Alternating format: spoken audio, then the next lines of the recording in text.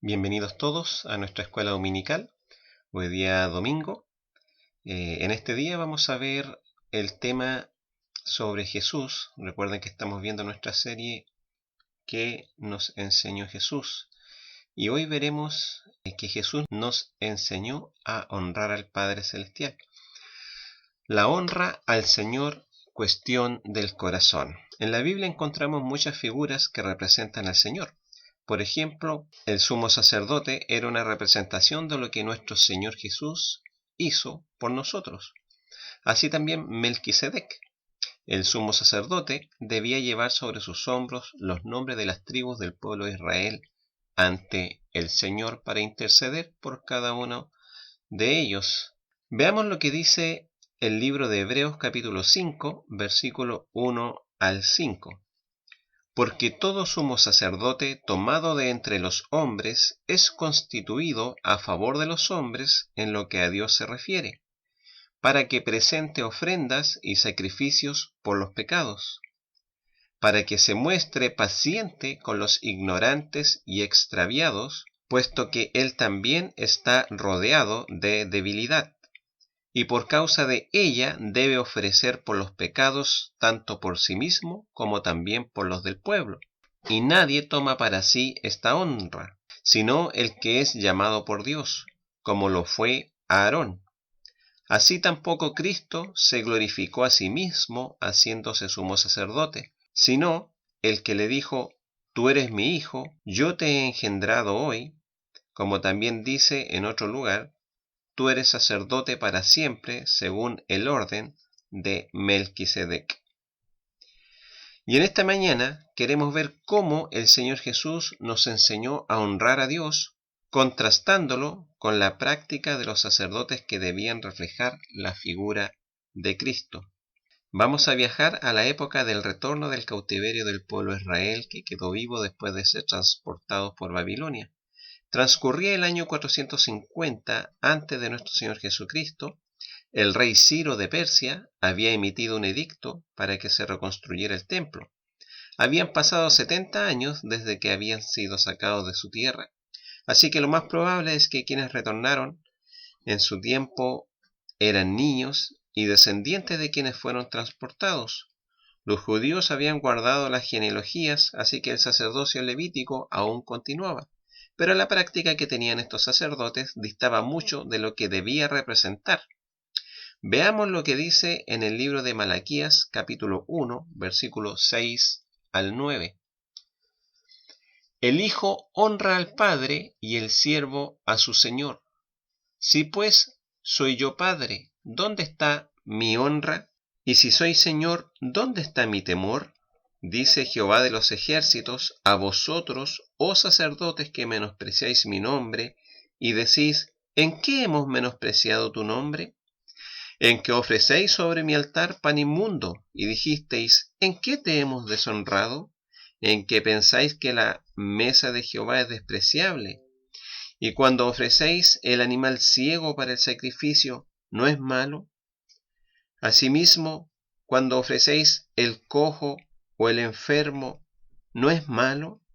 Preséntalo pues a tu príncipe. ¿Acaso se agradará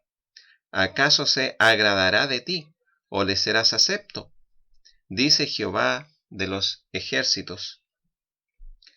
Ahora pues, orad por el favor de Dios, para que tenga piedad de nosotros. Pero ¿cómo podéis agradarle si hacéis estas cosas? Dice Jehová de los ejércitos. El Señor utiliza en este pasaje dos ejemplos bien prácticos para hacer ver las graves faltas que estaban cometiendo con Él en su servicio. En primer lugar, toma el ejemplo de la honra que el hijo le da al padre o el siervo a su señor, que eran cosas cotidianas para ellos. Cuando retornaron los judíos, ellos llevaron consigo siervos.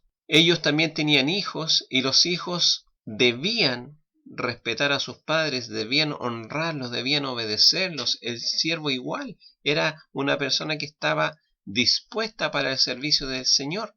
Estos dos ejemplos son bien conocidos en Medio Oriente. el respeto hacia los padres y obviamente del siervo a su señor. Respeto que se traduce en sometimiento y obediencia. Y Dios parte entregando esta sentencia a los sacerdotes para contrastar lo falso que era que con sus bocas lo llamaran Padre y Señor, cuando lo que hacían era menospreciar a Dios. ¿Y cómo? Rompiendo las leyes en cuanto al servicio y ritos que debían llevar a cabo, ya que esto tenía un simbolismo muy especial, pues eran la sombra de lo que había de venir. Pero los sacerdotes no tenían un peso por lo que estaban haciendo, preguntándose cuál era el problema ante la acusación de Dios. Entonces el Señor, por medio de Malaquías, les dice que ellos estaban haciendo lo siguiente: dos cosas: ofrecían pan contaminado o pan inmundo, y pensaban que la mesa de Jehová era despreciable. Pero lo que estaban haciendo, preguntándose cuál era el problema ante la acusación de Dios: menosprecio y deshonra, dos pecados gravísimos, y la raíz de esto era que ellos no habían decidido de corazón glorificar a Dios. Mire lo que dice en Malaquías 2, 1 al 2. Ahora pues, oh sacerdotes, para vosotros es este mandamiento: si no oyereis y no decidís de corazón dar gloria a mi nombre, ha dicho Jehová de los ejércitos, enviaré maldición sobre vosotros, y maldeciré vuestras bendiciones, y aún las he maldecido, porque no os habéis decidido de corazón. ¿Sabe? Un corazón dividido nunca hará que las cosas funcionen bien. La Biblia dice: no podéis servir a Dios y a las riquezas. Entonces nos referimos a ver en dónde están nuestros afectos, las motivaciones. Cuando se entrega el corazón, se tiene todo. Si usted no tiene el corazón de su esposa o esposo, entonces no tiene nada. Si usted no tiene el corazón de sus hijos, entonces no los tiene a ellos.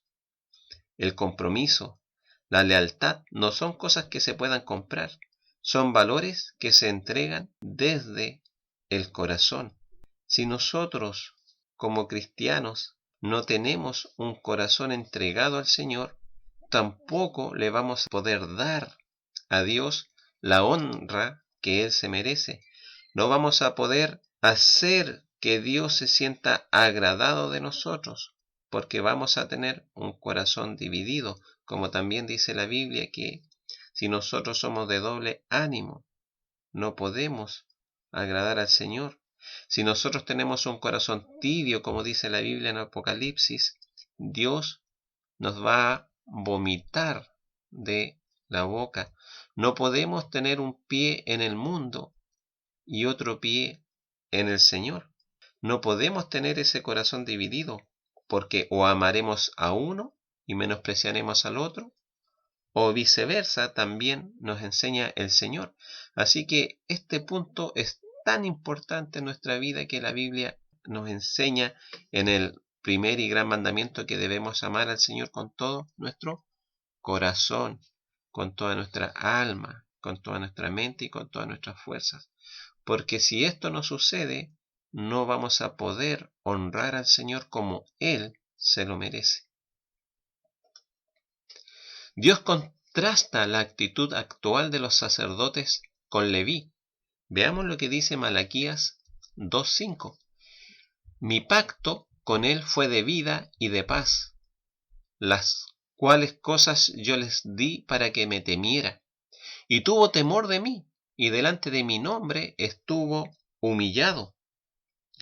La ley de verdad estuvo en su boca, e iniquidad no fue hallada en sus labios. En paz y en justicia anduvo conmigo, y a muchos hizo apartar de la iniquidad. Porque los labios del sacerdote han de guardar la sabiduría, y de su boca el pueblo buscará la ley, porque mensajero es de Jehová de los ejércitos. Mire lo que esperaba Dios de los sacerdotes. Leo nuevamente el versículo 7. Porque los labios del sacerdote han de guardar la sabiduría, y de su boca el pueblo buscará la ley, porque mensajero es de Jehová de los ejércitos. Mas vosotros os habéis apartado del camino, habéis hecho tropezar a muchos en la ley, habéis corrompido el pacto de Leví, dice Jehová de los ejércitos. Y Dios contrasta la actitud que tenían los sacerdotes después del retorno del cautiverio con lo que hizo Leví. Y Leví y cada sacerdote, como mencionamos en un principio, era una figura de lo que iba a venir. Era una figura de Jesucristo y de las cosas que hizo Cristo por cada uno de nosotros. Y el Señor destaca 5 cosas. En primer lugar, destaca que la ley de verdad estuvo en su boca. Número 2, iniquidad no fue hallada en sus labios. En paz y en justicia anduvo conmigo. Número 4, a muchos hizo apartar de la iniquidad. ¿Y por qué? Porque el sacerdote es mensajero de Jehová de los ejércitos, pero ellos se habían apartado del camino, no andaban según lo que se esperaba, ni lo que esperaba Dios de ellos, porque en vez de guiar a las personas, las hacían tropezar. Pero esa lista de cualidades positivas se cumplieron 100% en solo una persona, en Jesús. La ley de verdad anduvo en su boca. La Biblia dice en Juan 8:26 lo siguiente: muchas cosas tengo que decir y juzgar de vosotros, pero el que me envió es verdadero, y yo lo que he oído de él, esto hablo al mundo. Pero ahora procuráis matarme a mí, hombre, que os he hablado la verdad, la cual he oído de Dios. ¿No hizo esto Abraham? ¿Se dan cuenta cómo Jesús lo único que expresaba eran los mandamientos del Señor?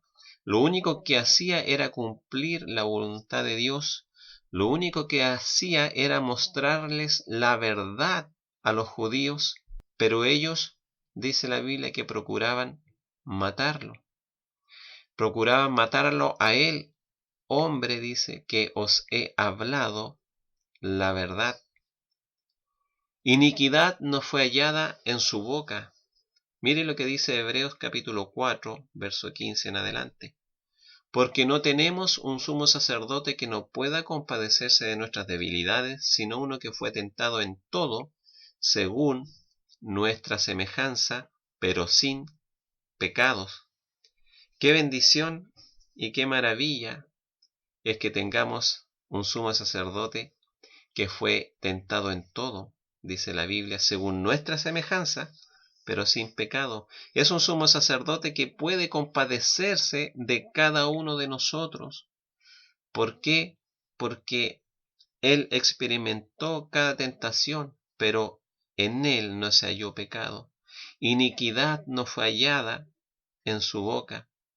Es más, ¿recuerda usted a las personas que fueron crucificadas junto al Señor Jesús? ¿Qué eran ellos? Eran ladrones. Es decir, habían sido juzgados por lo que habían hecho. Pero Jesús no fue crucificado por algo que hubiese hecho, sino por decir quién era. Jesús nos muestra a través de su palabra lo siguiente. Vamos al libro de Mateo, capítulo 26, versículos 59 al 65. Como dije, Jesús fue crucificado por decir quién era, porque nunca él hizo algo para que lo crucificaran. Dice, y los principales sacerdotes y los ancianos y todo el concilio buscaban falso testimonio contra Jesús para entregarle a la muerte. Y no lo hallaron, aunque muchos testigos falsos se presentaban. Pero al fin vinieron 2 testigos falsos, que dijeron, este dijo, puedo derribar el templo de Dios y en 3 días reedificarlo. Y levantándose el sumo sacerdote le dijo, ¿no respondes nada? ¿Qué testifican estos contra ti? Mas Jesús callaba. Entonces el sumo sacerdote le dijo, te conjuro por el Dios viviente que nos digas si eres tú el Cristo, el Hijo de Dios. Jesús le dijo, tú lo has dicho, y además os digo que desde ahora veréis al Hijo del Hombre sentado a la diestra del poder de Dios, y viniendo en las nubes del cielo. Entonces el sumo sacerdote rasgó sus vestiduras diciendo, ha blasfemado. ¿Qué más necesidad tenemos de testigos? He aquí, ahora mismo habéis oído su blasfemia. Jesús se había hecho Hijo de Dios.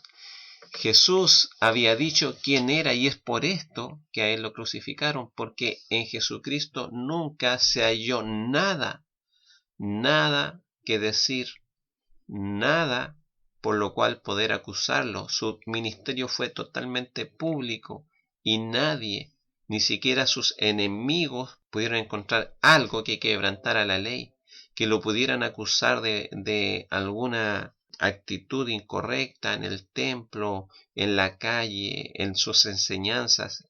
Es más, en varias oportunidades Jesús hizo callar con su sabiduría a los mismos fariseos, y ellos mismos se daban cuenta que no podían encontrar falta alguna en su vida y en lo que él decía. Por lo tanto, lo único que encontraron y la forma que encontraron para poder acusarlo fue en cuanto a lo que él decía que era. ¿Quién era Jesús? En paz y en justicia. Juan capítulo 5 versículo 30 dice, no puedo yo hacer nada por mí mismo, según oigo, así juzgo, y mi juicio es justo, porque no busco mi voluntad, sino la voluntad del que me envió, la del Padre. Jesús siempre juzgó justamente a las personas. ¿Sabe por qué? Porque él conocía el corazón de las personas. La Biblia dice que él no se fiaba de nadie porque él sabía y conocía el corazón de la gente, porque muchas multitudes le seguían, mucha gente fue impresionada por Jesús, pero eso dista mucho de entregar el corazón al Señor. Hay mucha gente hoy día que se impresiona de Jesucristo, muchos cristianos lamentablemente que se impresionan con Jesús, pero no son capaces de entregarle su vida, no son capaces de entregarle su corazón, no son capaces de entregar su vida al señorío de nuestro Salvador. A muchos hizo apartar de la iniquidad, otra característica que menciona el Señor en Malaquías. Mire lo que dice Mateo 4:17. Desde entonces comenzó Jesús a predicar y a decir, arrepentíos, porque el reino de los cielos se ha acercado.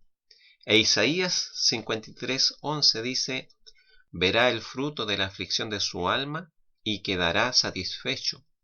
Por su conocimiento justificará mi siervo justo a muchos y llevará las iniquidades de ellos. El Señor Jesucristo hizo apartar a muchos del pecado para volverse al Señor, para volverse a Él, para volverse a Dios. Muchos vinieron al arrepentimiento y eso obviamente lo encontramos relatado en la palabra del Señor. Pero hay otra característica más, que Jesucristo no solamente actúa o actuó en ese tiempo, sino que también sigue actuando a través de la historia, actúa al día de hoy y va a actuar el día de mañana para llamar a muchos al arrepentimiento, para llamar a muchos para que se vuelvan a Él de todo su corazón. El Señor Jesús honró siempre a Dios. Juan 8:29 dice, porque el que me envió conmigo está. No me ha dejado solo el Padre, porque yo hago siempre lo que le agrada. ¿Podríamos decir eso nosotros, como hijos de Dios? Que nosotros hacemos siempre lo que le agrada. Qué gran contraste entre el Señor Jesús y los sacerdotes terrenales. Jesús nos enseñó cómo honrar al Padre Celestial. Él le honró porque hacía siempre lo que le agradaba. ¿No quisiera confiar en alguien así, usted que hasta el día de hoy no se ha decidido de corazón a vivir para Jesús? Jesús puede borrar sus pecados. Jesús le puede hacer apartar de cada uno de ellos. Jesús puede interceder ante Dios para que usted sea perdonado. Jesús puede borrar todos y cada uno de sus pecados. La Biblia dice en el libro de Hechos 3:19, así que arrepentíos y convertíos para que sean borrados vuestros pecados, para que vengan de la presencia del Señor tiempos de refrigerio. Sus pecados pueden ser borrados totalmente. Su hoja puede quedar en blanco si usted confía en Jesús. Jesús es el sumo sacerdote que cumplió toda la ley, que es digno para interceder por nosotros, pues su sacrificio hecho por cada uno fue aceptado por Dios. No como los sacrificios hechos por los sumos sacerdotes, no como las obras que usted pueda ofrecer siempre imperfectas e inútiles a la hora de estar en paz con Dios, a la hora de querer pagar sus pecados. Jesús es el que le puede dar un nuevo corazón y vivir y honrar al Padre Celestial. Estimado hermano, si usted como cristiano ha deshonrado al Señor, ha profanado su cuerpo que es el templo del Espíritu Santo, le invito a que renueve su amor al Señor, afirmando su corazón para con el Señor. Créame que el Señor le ha capacitado para seguirle y vencer las tentaciones del mundo. Nuestro Señor nos enseñó cómo honrar a Dios. Sigamos su ejemplo. No es cuestión de palabras, es cuestión de estilo de vida. No es hacer cosas, es ser. Pero si nosotros no nos decidimos de corazón a honrar al Señor, si nosotros no entregamos todo nuestro ser al Señor, no lo vamos a conseguir. Cuando el Señor tenga su corazón, va a tener todo de usted. Pero si usted tiene un corazón dividido, nunca va a poder agradar al Señor. Dios les bendiga.